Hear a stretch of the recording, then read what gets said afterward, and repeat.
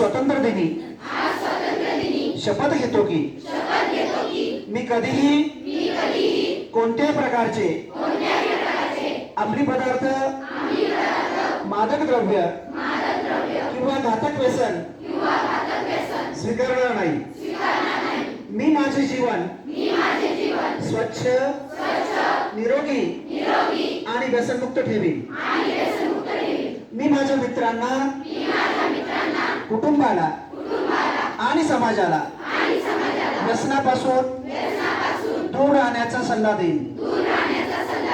मी अंमली पदार्थाच्या दुष्परिणामाविषयी लोकांना जागरूक करण्यासाठी सतत प्रयत्न करेन।